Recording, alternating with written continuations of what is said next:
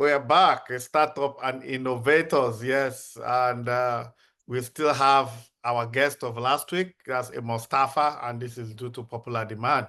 You know, Amos, the maths guy, he said a lot about STEM, a lot about mathematics, and I got so many responses from parents and, so I just felt the right thing to do is bring it back here, some of the questions you've asked me, even though I shared his website and all of contact, but I just think it's better that it comes and it should give us some clarity on all those things. So, Amos Tarfa, welcome to Startup and Innovators on Atlanta Discuss once again.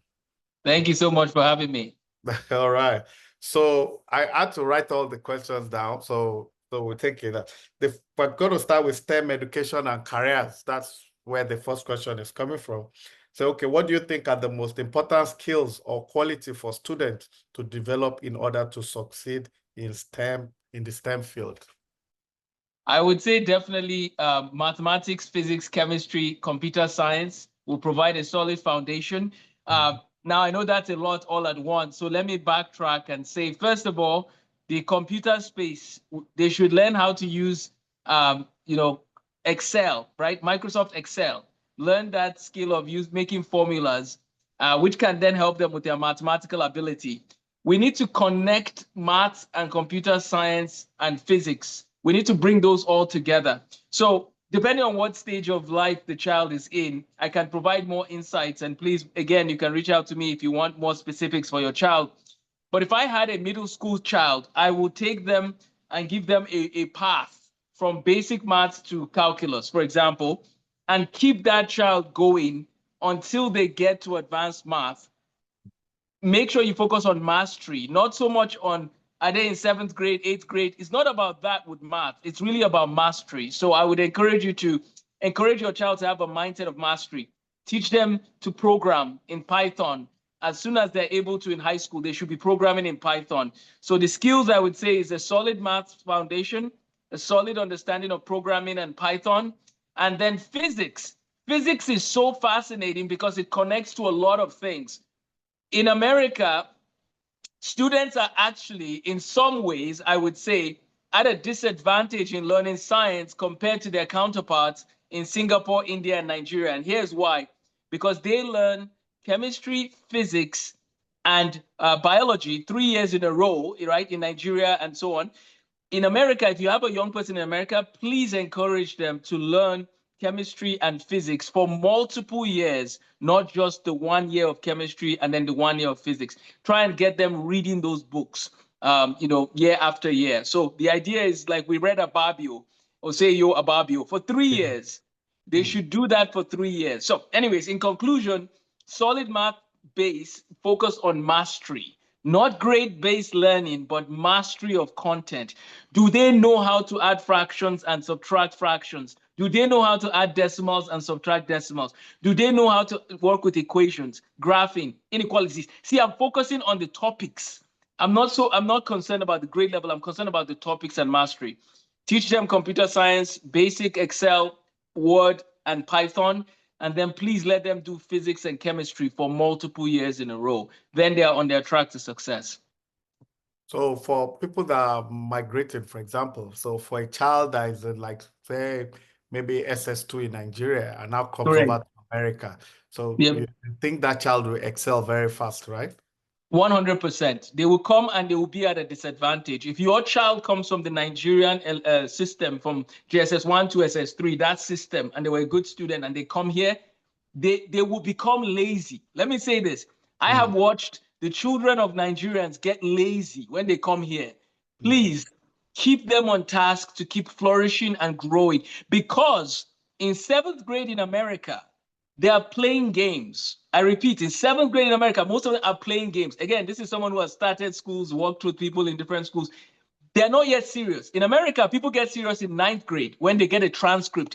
That's when they care. Middle school is a joke. So imagine you come from Nigeria where JSS1 is not a joke. JSS1 is serious. You now come to America. You now downgrade to the American system. Your child won't flourish as much as they could, but keep that mindset of excellence in education. Your child will begin to shoot to #1 when they get to America. Okay, so what are the What are some emerging trends or areas of growth in the STEM field that students should be aware of? That's another question.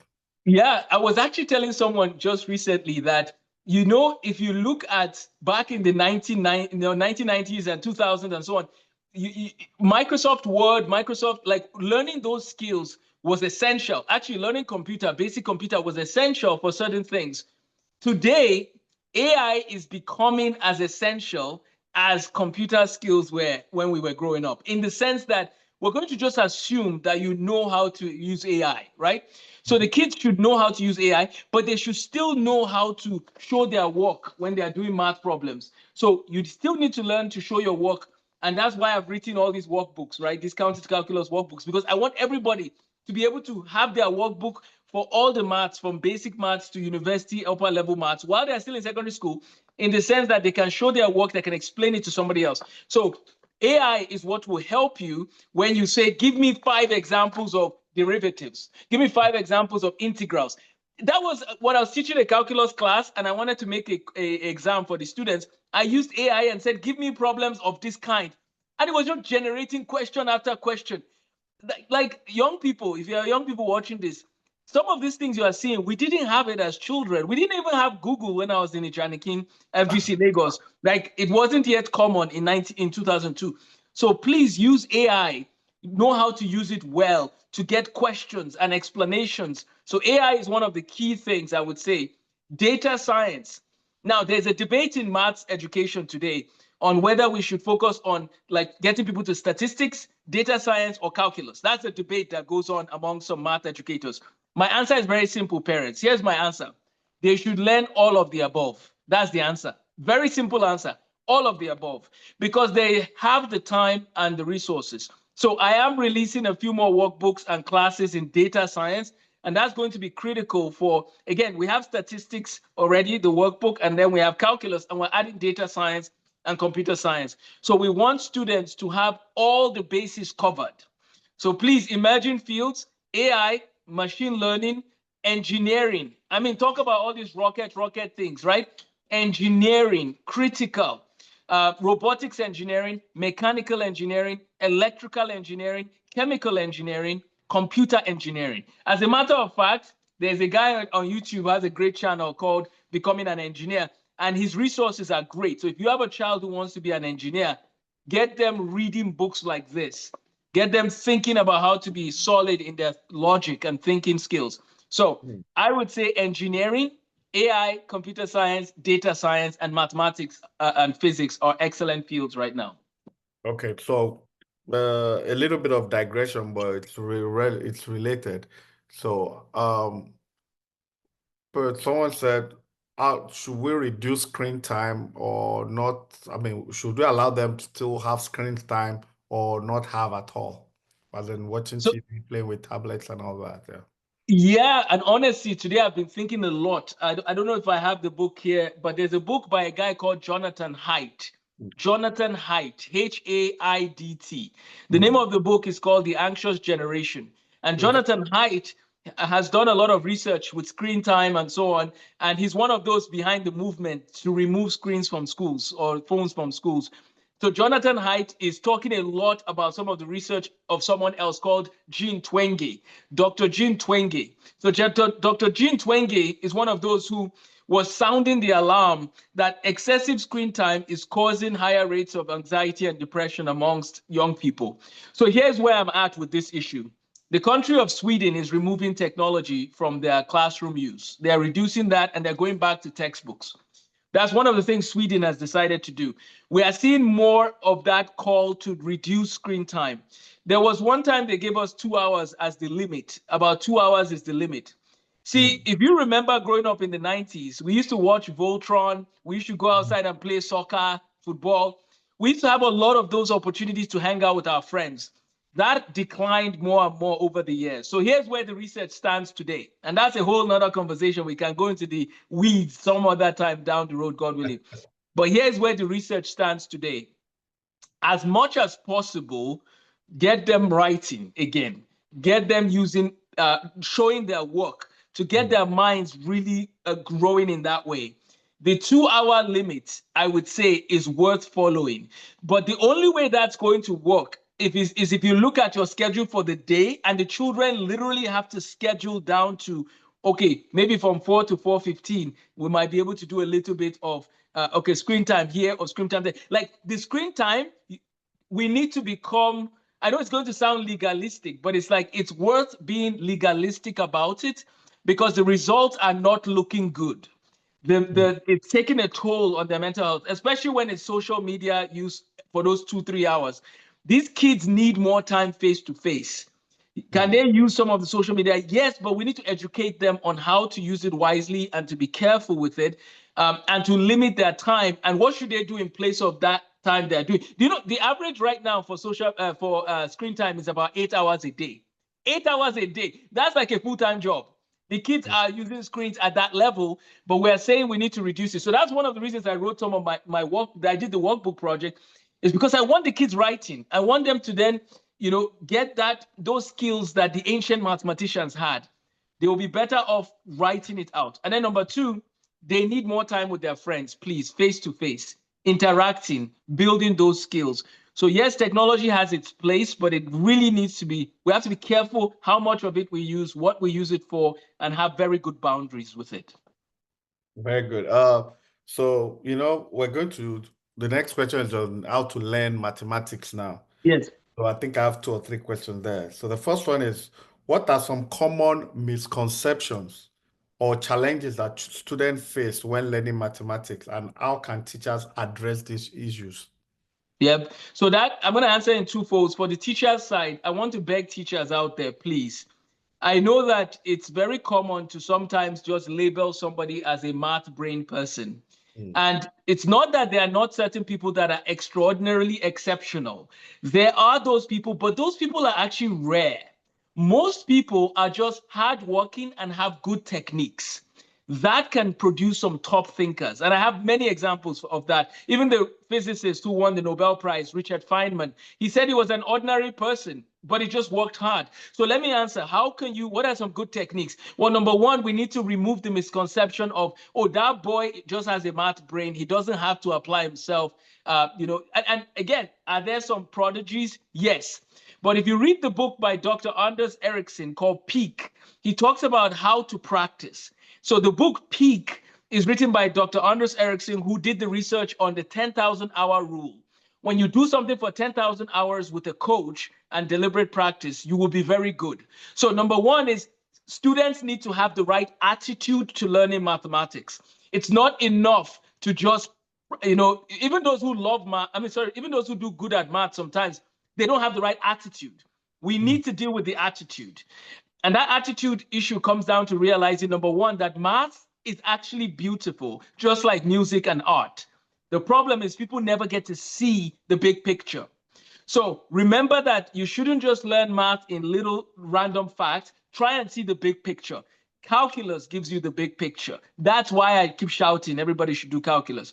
So number 1, people need to know that they can do it if they have the right skill set and the right people to guide them. I want to tell you a quick side comment about one dream I have. Go ahead. We need to record the teachers in Nigeria who we found to be exceptional teachers. Somebody needs to start archiving some of their lectures and putting it in a database. Like my chemistry teacher, Mr. Waziri in Ijaniki, Mrs. Voa, Mr. Bujade, like some of those lectures they gave us. I wish somebody has a YouTube channel of just like lectures from some of those teachers that have taught for like 40 years. Where are those videos? Because some of those teachers, the world will not see anyone like that for a long time. So I bring that up because having the right teacher changes the game. And so parents, don't settle for who the teachers of your children are. Now, if your children are not learning and connecting like they should, the teacher matters a lot. Some people listening to this might know a hospital called the Mayo Clinic. The Mayo Clinic is in Minnesota, one of the best hospitals in the world. But do you know that the Mayo Clinic, the father of Mr. Mayo, Dr. Mayo was a student of John Dalton. John Dalton of the atomic theory in England. He taught Mayo, and that influence today, the best hospital in the world is the Mayo, one of the best. And look at the influence John Dalton had on him. So parents, I really want to encourage you, make sure your children are getting the highest quality math they can get, or that you are outsourcing it to someone else to support them, right? I am willing to support families as many as I am able to. So if people are interested, let me know. I'll do what I can to give as much support. I am doing a teacher training and tutor training. So if parents want to learn, let me give you the tools to also be a coach for your child. So the attitude matters. Anyone can do maths and do it pretty well. Maybe not at the level of Newton and Euler and Gauss, but they can do maths well if they have the right coach. Okay, so that's the biggest misconception, I think, is when we label people as math people and label some people as there's no hope for you. Let's not say that to anybody. Isaac Newton did not do maths at the level he was at until after the plague of 1665. Something changed, and that was when he took a book and he studied it at home heavily, and that was what led to part of who Newton became. Yeah, so like they say in leadership, some people are natural, they inherit it, it's in the blood, hereditary, blah, blah, blah. But some people build themselves and, develop themselves into it. All right, cool. So how can mathematics... And my free book called Tools for Mastering Mathematics. It's a free book I wrote called Tools for Mastering Mathematics. It has so many strategies. So I know I can't go through all of them, but there's so many strategies there. And you can find it on, amosmathguy.com. So, practice matters, the teacher matters, your curriculum matters, and your attitude. Those will take you far with mathematics. Okay. So still on math, how can mathematics education be more engaging, interactive, and relevant to a student life as a day-to-day life? Yeah. Interesting. That's another question. Yes, very good question. And honestly, every day my mind is thinking about these things about mathematics and distribution of knowledge in math. And I'll just tell you a quick example. In mathematics, there have been problems that certain people faced, and they were trying to figure out how to navigate those problems. And so what they did was they came up with theories like logarithms, for example. You guys learn about log. Logarithms came from a Scottish mathematician named John Napier. John Napier wanted to make sure that the ships, some of it was for navigation, that the ships will get to their destinations appropriately, and so on and so forth. There's other applications of logarithms. But the point is, there was a problem, and then there was a mathematical framework that was brought to solve the problem. One of the biggest problems in education today is we don't tell people the problem that gave rise to the mathematical complexities that came. Newton was trying to understand the motion of the planets, and he saw that the apple falls, or not. Well, people joke with whether or not he saw an apple falling specifically for that. When he came up with gravity is another day story. Whether it fell on him. I've been to Newton's house. I've been to the garden where he found, the theory of gravity. He used to hang out in the garden a lot. By the way, I was one of the first Africans to visit his house, according to the pin. The only Nigerian or West African. So more people need to go to Newton's house in Woolstrop in England. If you're in England, go and visit Newton's house. But anyways, I went to his house and I've seen what, the context. And they said what happened was Newton was trying to understand the motion of the planets. And he realized that the same force that causes an apple to fall is the same force that explains the motion of the planets. So then Newton came up with the gravitational theory he did, and he came up with an equation for the gravitational theory. In some math classes right now, they give kids that formula, but they don't tell them the story of why does this formula exist. So here's what math education can really do to be engaging. Imagine a math class where the math teacher is standing and is about to talk about inverse and direct variation. If you increase the quantity of one thing, the quantity of something else decreases. Boyle's law and Charles' law. That's the principle I'm describing. But imagine if the math teacher is standing next to the physics teacher and the chemistry teacher as they all collaborate to give knowledge of how one concept in physics needed a mathematical equation, which the mathematicians came up with. That will be engaging as the students are seeing how the concept came to life. That's what I'm trying to get at. We need students to see, we need to bring the content to life by bringing the context. And how do we bring the context? We teach the history and we teach the applications of every topic. And if we don't have an application of a topic that is in pure mathematics, then we tell the students that math can build your perseverance. Lastly, there's a book by a man named Dr. Francis Su. It's called Mathematics for Human Flourishing. Dr. Francis Su was the president of the Mathematical Association of America. He's a professor at Harvey-Mudd, which is one of the best universities for maths and computer science. And Dr. Francis Su's book shows that maths can be used to teach people about different traits of being human. And, math is so beautiful. It can teach you about perseverance. And some of the theories, some of the concepts that came up in maths 200 years ago, we are finding their applications today now. Whenever you go into a CT scanner or an MRI scanner, the reason why the radiologist can read your images is because of maths. The images are reconstructed using Fourier transform, and then he can read. So notice that Joseph Fourier, the mathematician, he did his work almost 200 years ago, and today we're benefiting from his work. Tell the students these stories, show them the applications, and then give them that inspiration, realizing that they might be able to come up with the next generation of topics that can change their world. Okay, the last question on learning math. So this one is, what role do you think technology, such as math software or online resources, should play in mathematics education? So, when I was in graduate school, they would give us some topics that were pretty hard. Well, they would be hard for a lot of people, and they were hard for me too. A lot of topics that had to do with calculation and so on and so forth. I finished all of those problems, graduated, and today I don't do anything with those things, right? So I learned the hard way so that if someday the machine is not working properly or the computer is down, I can still maybe think and troubleshoot. The way I think about it is like riding a bicycle. When you learn how to do it and then you don't do it for 15 years, you come back and you're able to pick up from where you left off. So here's what I would say. These tools can be used to check our work. These tools can be used to generate practice problems for us, but we still need to help students at least get one go around with the concept. And then they can use the tools as appropriately. So in calculus, there's a popular topic called derivatives. And within derivatives, before you learn the formula called the power rule, you learn something called the difference quotient. And the crazy thing is, when you learn the difference quotient and you're doing work, the work is long. And sometimes students will, I'm sure students will complain, why this is just long and hard. Then later we give them the formula that makes the work easy. We take time from solving 10 minutes of the problem, and now they solve it in 2 minutes.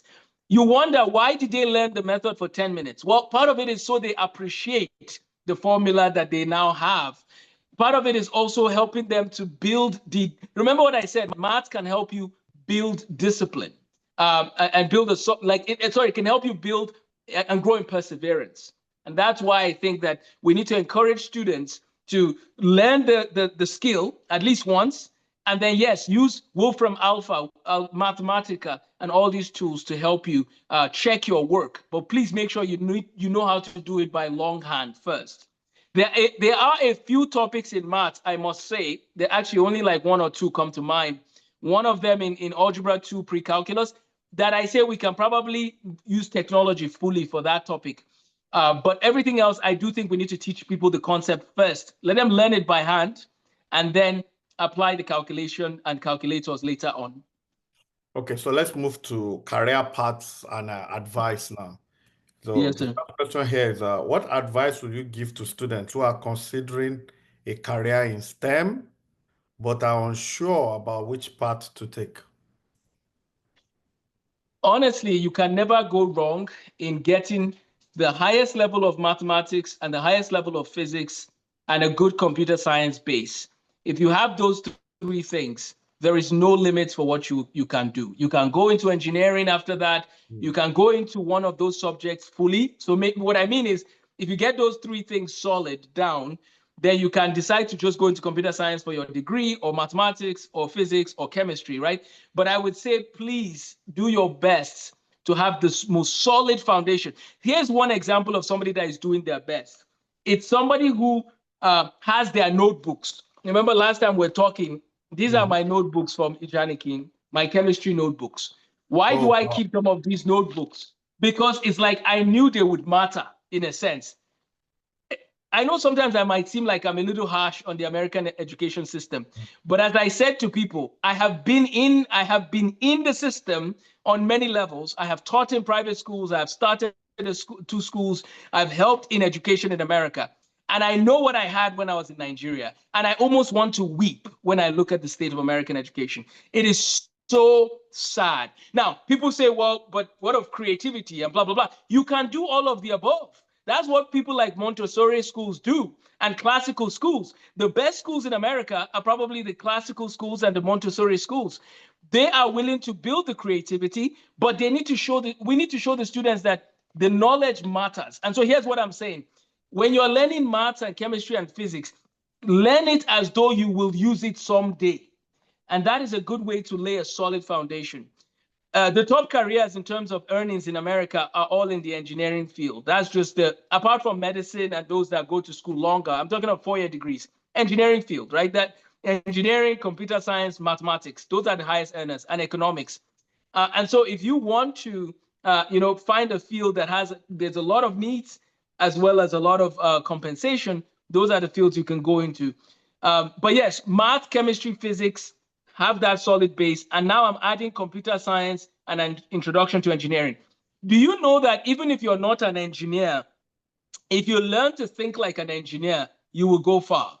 If you learn to think about, here's the problem, reverse engineer. So that's why there's books that literally are called how engineers think. So that's why I would encourage people to read those books in their free time. The last thing I would say about, one of the things I want to say about this too is people should read books on how to learn.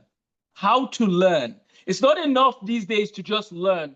You need to know how to learn. That's really critical.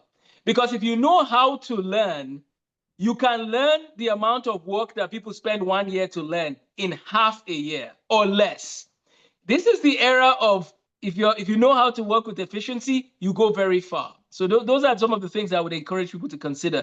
But ultimately, it goes back to master the fundamentals, maths, physics, computer science. Master those fundamentals. All right. So next one is, can you share a personal anecdote or experiences that illustrate the rewards and challenges of a career in STEM?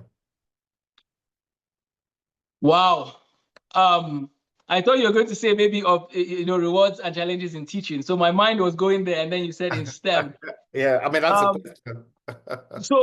So there's a field of study that has growing demands, medical physics, which is what I got my master's in.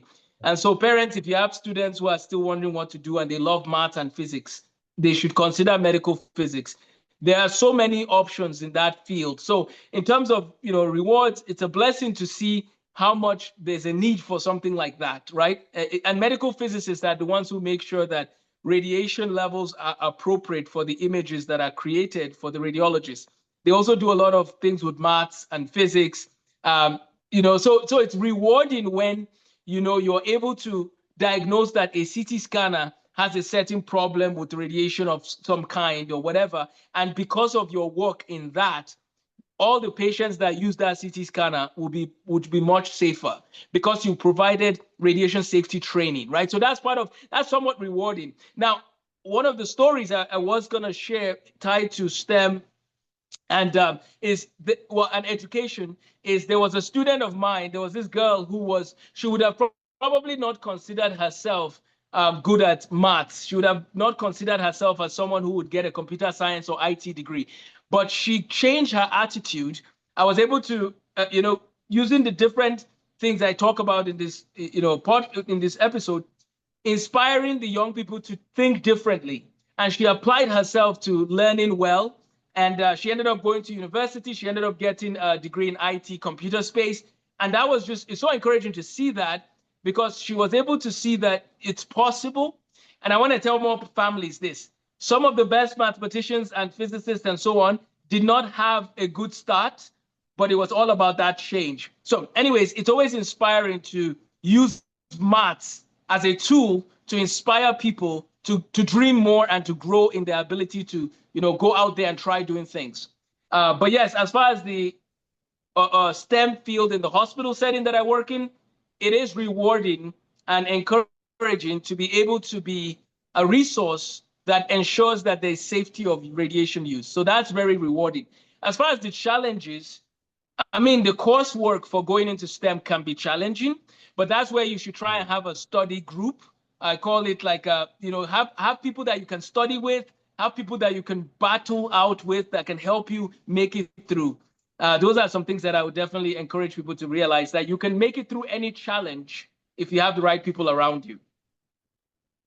All right, so the last question on career path and advice. How can students balance the demand of a STEM career with other aspects of their life, such as family or personal interest? This looks like, I think it's more like a work-life balance. Yeah. Yes, that's a very good question. And I think that the way I look at it is, the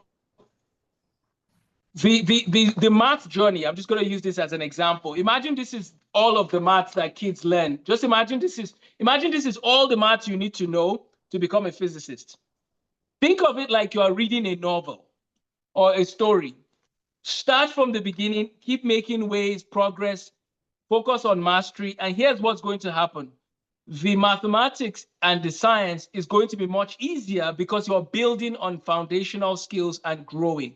If you do that, hopefully it doesn't steal away all your time. So the way I would do it is just to make sure you have a good time management plan, set aside some time, dedicate some time, maybe it's 45 minutes, 50 minutes, or maybe 30 minutes, depending on people's story and where they're at in life.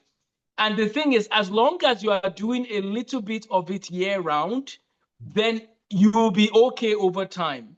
And then please keep your other interests. But I think it really comes down to the time management piece, especially for students. We have so many things that can distract us every day. So it's important that we lay out our plan. What's my plan for the day? And then dedicate a few minutes to think of it like your STEM development, your STEM growth. And please, I beg of you, young people, the younger you are, the more that brain can be firing and absorbing things, because you will get to a stage where it's not going to flow like that. Isaac Newton he didn't do math till the end of his life as a career. He ended up working for the mint. Yes, for the mint, money. Yes, Isaac Newton left maths and went to the mint for like 30 years of the rest of his life. So it's important, young people, that make time to maximize your learning of maths, but do it with regular flow instead of saying, okay, I'm going to spend 5 hours a day now and then I won't do it at all next month. No, do a little bit year round. And that's why I don't believe in summer breaks for maths. That's one of the worst ideas. And if you're wondering, people, look at other countries and realize that they don't have as much of the sort of the setbacks in terms of forgetting everything. American students get 3 months, 3 full months of no math. That's not working out for us. So do a little bit, even a little bit. And then, as I said, mix it in with math history. Mix it in with some applications. Let it come to life, because then you'll be willing to do the work.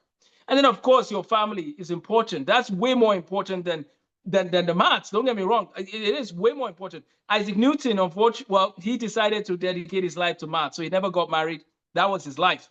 But I don't think that it has to be that way for everybody. Leonard Euler was married and had 13 children. He lost a lot of them in early childhood. So you can balance it out. The greatest mathematician had a lot of kids, and I think it's very possible for others to do to do their math, to do their hobby, and to also, of course, be there for their family. You are balancing it correct. Yes, by God's grace. Yeah, we have 7 children, not as much as Euler, but our quiver is full. Oh, wow. Oh, interesting. So university education and research, that's, so what I did, like you can see, is that when those questions came, I just put them in segments, so yeah. Yes, sir. Yeah. So what are some of the most exciting or innovative research areas in STEM field that students should be aware of? Well, I think quantum computing is the one that is, really at the edge. Microsoft released their model. So I think quantum computing, but notice that goes back to physics again, quantum theory. So see what I'm saying is that so here's a crazy thing about one guy out in the field. His name is Wolfram, Conrad Wolfram. Conrad Wolfram is the brother of Steve Wolfram. And Steve Wolfram actually just wrote a book about math education a few years ago called The Math Fix.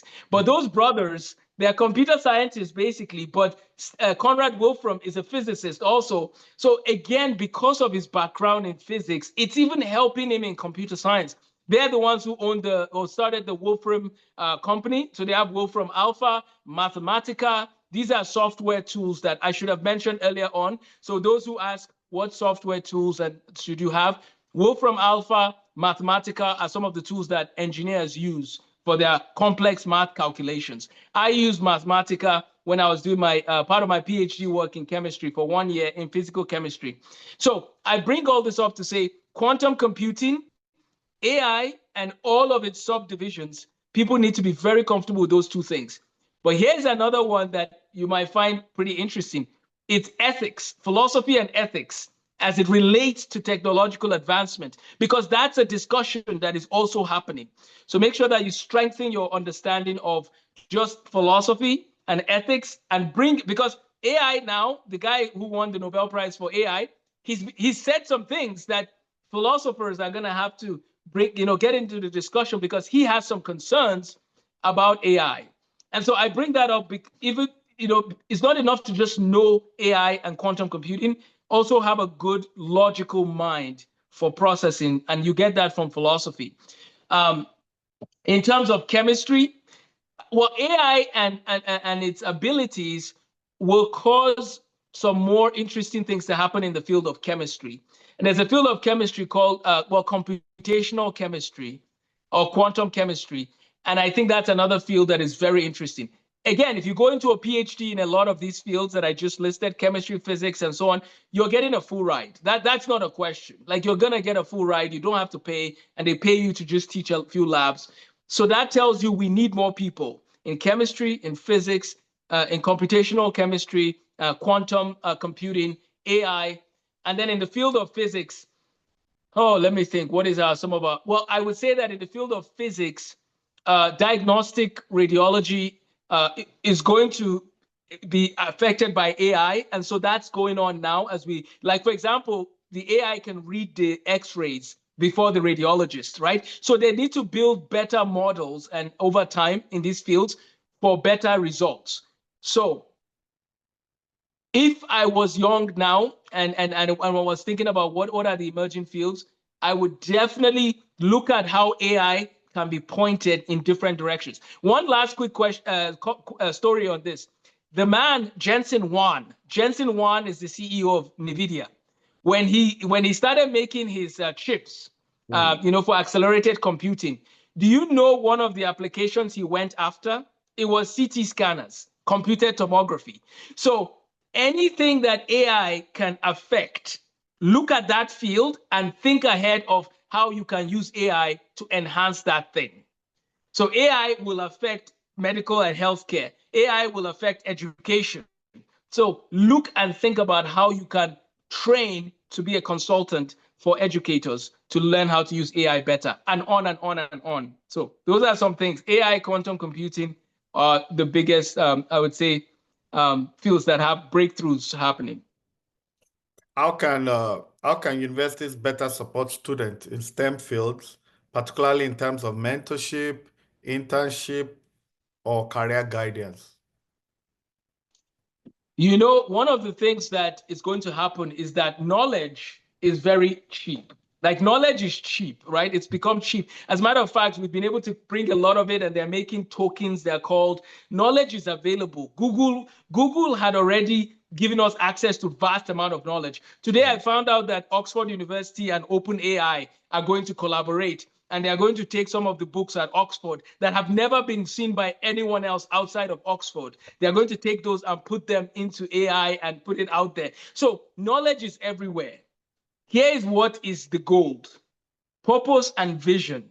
Where are you going? This is really critical. Students need to know where they are going, and then find a mentor that they can connect to that can take them further than they would go if they tried to do it on their own. Let me give you a quick story of the Wright brothers. When the Wright brothers were young, the story is told in the beginning of their book called The Wright Brothers. The story is told that he was sitting there, and I think he was drawing or doing something with airplanes, and the teacher asked, "What are you doing?" And he said, "Oh, I'm just working on this model for an airplane that me and my brother will fly someday. Like, we are going to fly an airplane someday." 1903, December 17th comes along. The Wright brothers take up that thing for a few seconds, right? They had a vision. Now, they also didn't get married. They were focused on their mission. they were going to build an airplane. The point is, young people and parents, please, the knowledge is out there, the information is out there. Help your children to dial into a vision and then find a mentor for them. There are many university professors that if you reached out to them, and I'm willing to be a resource if people want to reach out, and I can see about connecting them with a professor in a field of interest that they have. But the idea is, I've done this for my students in the past, where I get on a Zoom call with one of my former professors. I get my student who's interested or my friend who's interested, and we have a conversation. And they get to ask questions to that professor. And so I think of it as, if they can ask those questions and if they can realize, I love what you're doing, I want to do what you're doing, great. Or they can have that conversation and leave the conversation saying, this is not for me. I don't think I want to work with bacteria every day, right? So that's where people need to have a vision. We need to read. You know, one of the things I used to do when I was young, I read a lot about John Maxwell and Zig Ziglar. Like, parents, get your children reading those books, because those guys will teach them how to have a vision. And so when they have a vision, couple it with a mentor, like, then the mentors will blast them far. Now, I've heard people give a rebuttal to me saying, or say things like, but Amos, I didn't know what I wanted to do with my life till later on. What if I go into one field and I change my mind? Here's the thing. As long as it's a meaningful, like, it's a field that has a lot of solid knowledge base, your children will not be at a disadvantage for hanging out with a physicist. Your children will not be at a disadvantage for hanging out with a mathematician, a computer scientist, a chemist, an engineer. Do you see what I'm getting at? They still learn, and it still can help them, even if they decide, you know what, I want to change my field. That's okay. But they need to be having vision. Here's one of the things I noticed in American education. I think, this is a hypothesis, I'm willing to have a good back and forth with someone about this someday. I think one of the reasons that apathy is higher in American education, what I mean by apathy here is, you meet a lot of kids in American high schools. Hey, what do you want to do with your life? I don't know. And some of them don't even care. And what I realize is that if you look at Nigeria, and if you look at places like India, where you have to have a path, what will end up happening is that these students do better overall. Why? Because they have direction. When you don't have direction, it affects your motivation. You need to know where you're going. And America allows people to not know where they're going, while then saying that they should do better in academics. No, there's a reason you need to know where you're going. And that's what I want to help. And unfortunately, some Nigerians, when they come to America or go to England, well, actually, it's mostly America, because England, you need to know where you're going too, actually. America says, just do whatever, we give you free for all. But I need help to have direction. So give them direction. If they change direction later, that's okay. Because America is actually the only place that you can have a bachelor's degree in arts and become a medical doctor. America is the only place that will let you do that. So you will be okay if you decide to change later. But having direction will keep you on track. It will make you put in the extra work when it's hard. When I was getting my master's, I took some classes that were very hard, but I knew where I was going, and I had to get it done, and I did it by God's grace over time. So I'm not mad at anybody. I'm just saying we need to help people have direction, and that's one of the goals of my next 5 years. I want to make vision and career development a standard for all students in middle school and high school. They need to know where they're going at any given point, and if they need to pivot, great. So Okay. those are my thoughts. I know that's a lot there, but No, it's okay. I mean, it's anybody. It's on the channel, so anybody can go back and watch again if they didn't get the first time. So, yes, sir. What role do you think interdisciplinary collaboration and communication should play in STEM research and education? That's the gold right now. That's the gold. The gold, because again, if you look at Newton, if you look at the best physicists and mathematicians ever, look at even Marie Curie. Marie Curie won the Nobel Prize in physics, and then she won the Nobel Prize in chemistry. Okay, guys, we've put ourselves in a bad situation in science education today by putting people into silos. Oh, you are a chemist. Oh, yeah, go there. Don't talk to the math department. Anybody who's doing that is missing the point. The best scientists and mathematicians collaborated across their disciplines. And so scientists and physicists especially, I'm going to tell them, please make sure your communication skills are solid. it, please. Because some of the best scientists in the past, some of them were not very good at communicating. So we need to make sure that people know how to have good interpersonal communication as well as good public speaking, right? And then they should collaborate. I'll give you a quick example. There's a professor at Rice University in Houston who's become a friend of mine, and I follow his work closely. And Dr. James Torr, his PhD is in chemistry, right? He went to Stanford for his fellowship. I mean, he's one of the brightest chemists in the world. And his PhD is in chemistry, but he also teaches in computer science and nanoscience. Like you can collaborate. There are, even in the chemistry, for example, somebody who might be working in organic chemistry will reach out to somebody who's in physical chemistry and computational chemistry to model a chemical reaction so that the organic chemist doesn't waste their time trying to make that reaction happen. Let the computational chemists and physicists help them out. How beautiful is that? Like, I'm trying to build a compound in my lab, and I reach out to somebody who's good with computational chemistry that can simulate if those chemical reactions will happen in a certain way. They give me feedback, and now I've saved myself time. So collaboration is gold right now. If people can learn, who are the people I need to talk to about the problem that I'm facing? I was talking to someone today briefly, and I told them that how cool would it be? Again, I think I mentioned this earlier, but I'm tying it to collaboration. How cool would it be if math teachers, physics teachers, computer science teachers, chemistry teachers, and engineering teachers hang out together and then make curriculum that can be used by students? That's one of our goals with our Accounting to Calculus. We are actually building a curriculum, the only one in the world that I know of that brings all those fields together, so that when a student takes our material and they are reading it, they will be reading about one thing and realize, oh, now demonstrate it using your computer science skills. And then in the next page, it will say, go and build a robot using the knowledge you just gained. How cool would that be to integrate all of it? Interdisciplinary studies are crucial and critical. So please, young people, don't stay in your silos. Be on the lookout. Listen to what other people are saying. Every opportunity to listen to somebody's capstone, pay attention, because they might have the answer that you need. Interesting. So we're going to diversity and inclusion. So I have 3 questions there also, but I'm going to give you the first 2 questions together right now because they look similar. Yes, sir. They are slightly different, but there's an aspect of, it's almost the same question, but the end part is slightly different. So the first question is, what strategies can be employed to increase diversity and inclusion in STEM field, particularly for underrepresented group? Now, the second question, and you see why I say it's similar, how can educators and professionals in STEM field help to break down stereotypes and biases that may discourage certain groups from pursuing STEM? You see, there are 2 different questions. It just looks similar. So, yeah. So what I'm about to say, you might actually find interestingly strange. Okay. The greatest diversity actually exists in STEM. Let me explain what I mean. Okay. When I go to medical physics conferences, I hardly meet a non-underrepresented group.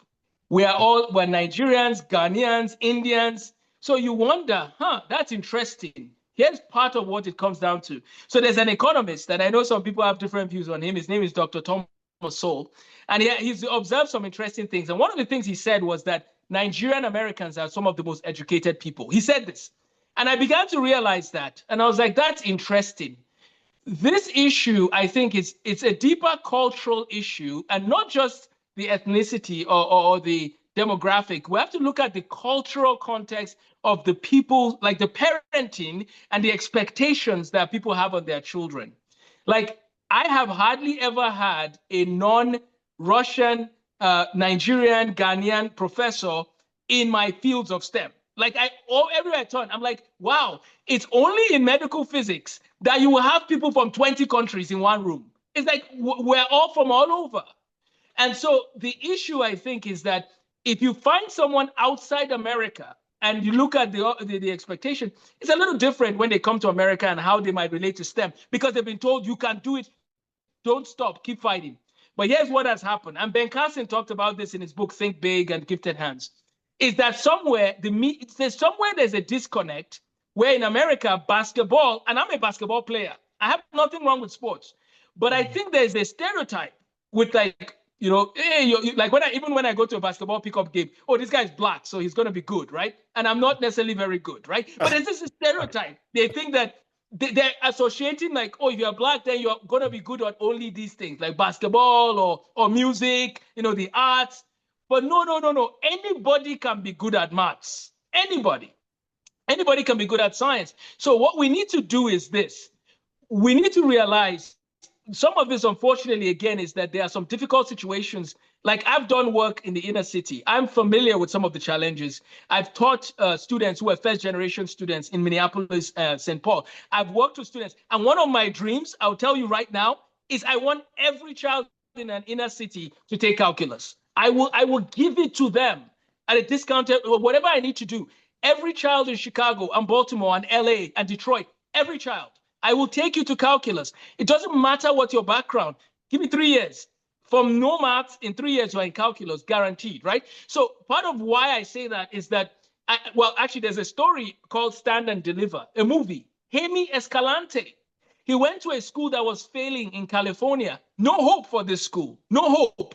There's a lot of underrepresented groups in this school. There was gang members, children, and all of that. Do you know what this guy decided? He said, I want you all to get to calculus, basically. That's what he decided.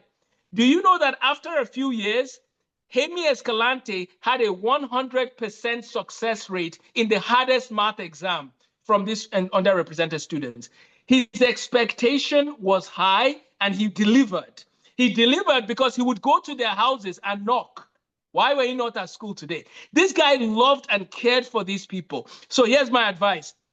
If we're going to help underrepresented groups that are in America that want to flourish, and again, I've also reached out to the Native American community. I've done some work on, I want to help take my curriculum on the reservations, and those who want to use it can go out and flourish in their math skills. But what I want to bring up is this. Our society has an expectation problem. We cannot lower the bar. We need to raise the bar and then provide the support by lovingly and gently guiding these students.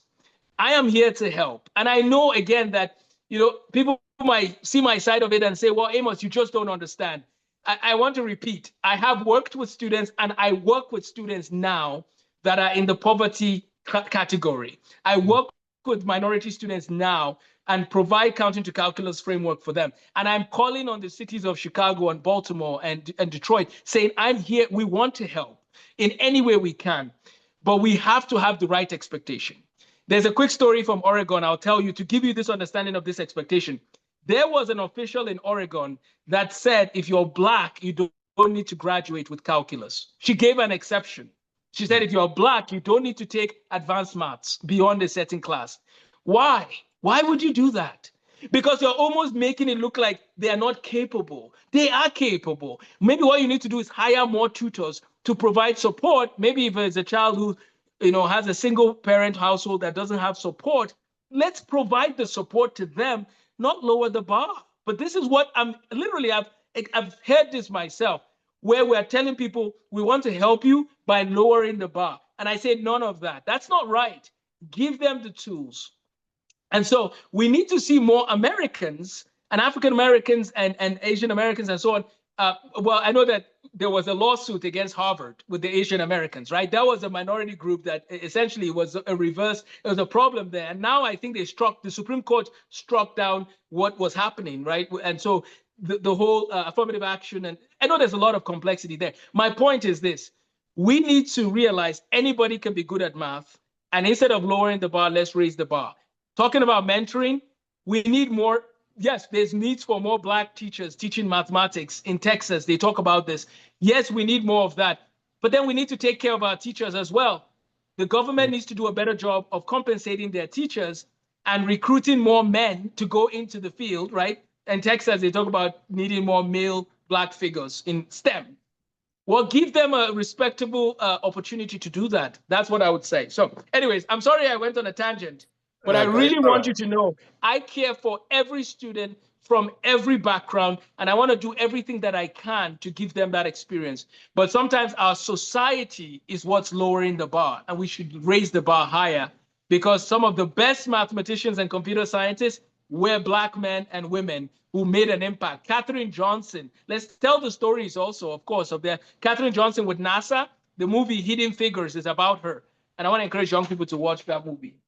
All right, great, great. So the last question in university education and research, you've actually answered it from what you've just been saying. Yeah, the question was going to be, what role?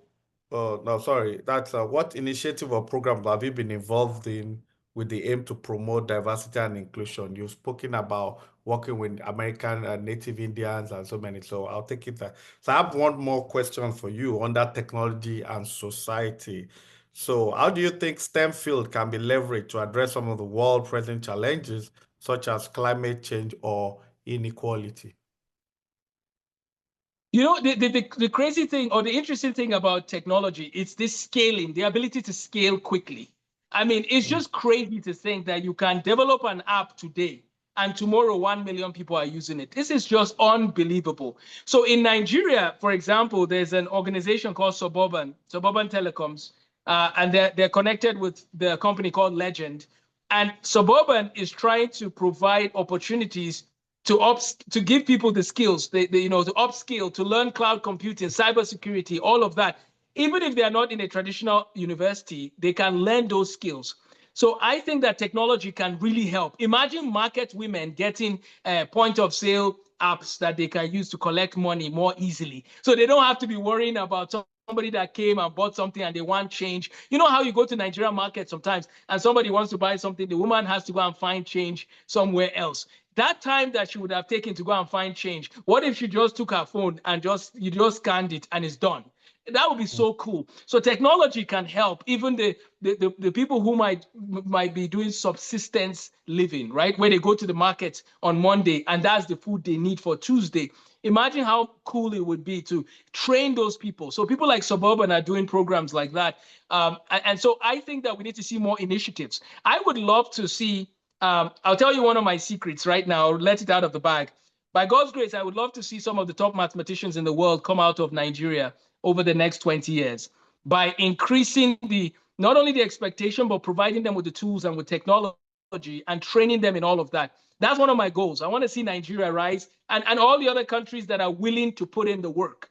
Let's start seeing a little more competition. The top 10 countries, some of them have been there for a long time. Let's see if we can get some good competition. So anyways, technology is going to make that possible. I think that we can leverage technology by using things like AI and the coding and things like database, all of these skills, bring them into ways to solve problems more efficiently so that we can get more time on our hands to solve other problems, right? We can get more time on our hands. Efficiency is great, but efficiency is not enough. You need to have a vision. What is the vision? So for me, the vision is that we have about 20 million children that are not in school in Nigeria, for example. Why don't we scale this technological advancement in math and science and AI and all of that? Let's scale it into devices and partner with organizations, and let's deploy the thing using NYSC people or people that want to serve in their communities. And let's just start seeing a wide-scale education program that can begin to get all these children back on track. One of the reasons I did my math curriculum framework was to help children that were in countries where there was war and like what happened in Nigeria, in northeastern Nigeria with Boko Haram and so on. I wanted to see more people get to rebuild more effectively their lives. Imagine you've been out of school for 4 years. Where do we put you now? Like we can't even, you're already 17 years old. Do we put you back in GSS1? How about we give you a framework to follow instead of putting you in GSS1? Let's give you a target. Hey, over this next year, we'll finish the following books. They are going to help you towards your goals in life and so on and so forth. So technology, I think, can help us solve the world problem of a lot of children that have been out of school for too long. Technology can help the market women and the people who need tools to make them more efficient to hopefully grow their business. One of the fields of study that I'm doing right now in my head, every day I'm thinking about this, is how do you increase the GDP of a country or a society? How do you increase the, is there a limit? Well, Jensen Huang with NVIDIA will tell you there's no limit. We need to keep growing and allowing people to flourish more. There's not a limit of GDP that we'll get to and say, okay, we don't need to grow anymore. So if that's the case, then let's use technology to keep growing the GDP and hopefully reduce poverty more and more every year. Interesting. Amos Tarfa, thank you so much. I mean, you've answered all the questions. That's why I just had to bring you back. People have been asking me. I mean, there were one or two I think I could answer, so I didn't put there. So that kind of all those questions came from different parents, a couple of churches, one or two churches, Yes, sir. and I'm sure some of them will reach out to you to invite you to, come and talk to them. And that what you're doing is impressive. I love it. Your innovations, sorry, they're fantastic, especially in the area of maths and calculus. We respect it. I mean, medical physics, I mean, I know it's a lot of work, especially when it comes to radiography, X-ray, CT scan, and all that. These are all things you do, Yes, So sir. yeah, I read out your profile in the last interview. You are not just purely a mathematician, you're all encompassing, which is you are STEM in itself. So thank you for hitting our call. Yeah, thank you for hitting our call. I'm sure if there's any other thing, they'll reach out to you. AmosTheMathGuy.com. Am I correct?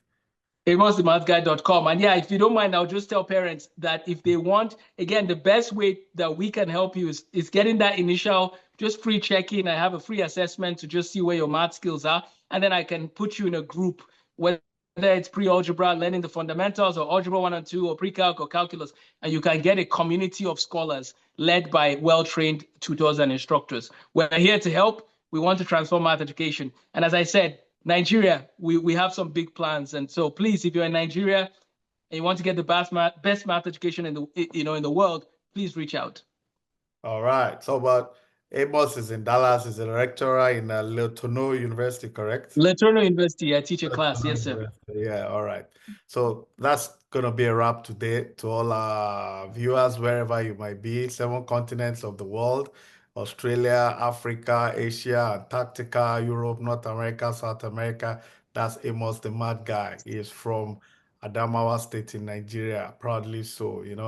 This shows you that it's not all bad news from Nigeria. They're extraordinary people doing extraordinary things for mankind. That's why we do what we do on Startup and Innovators.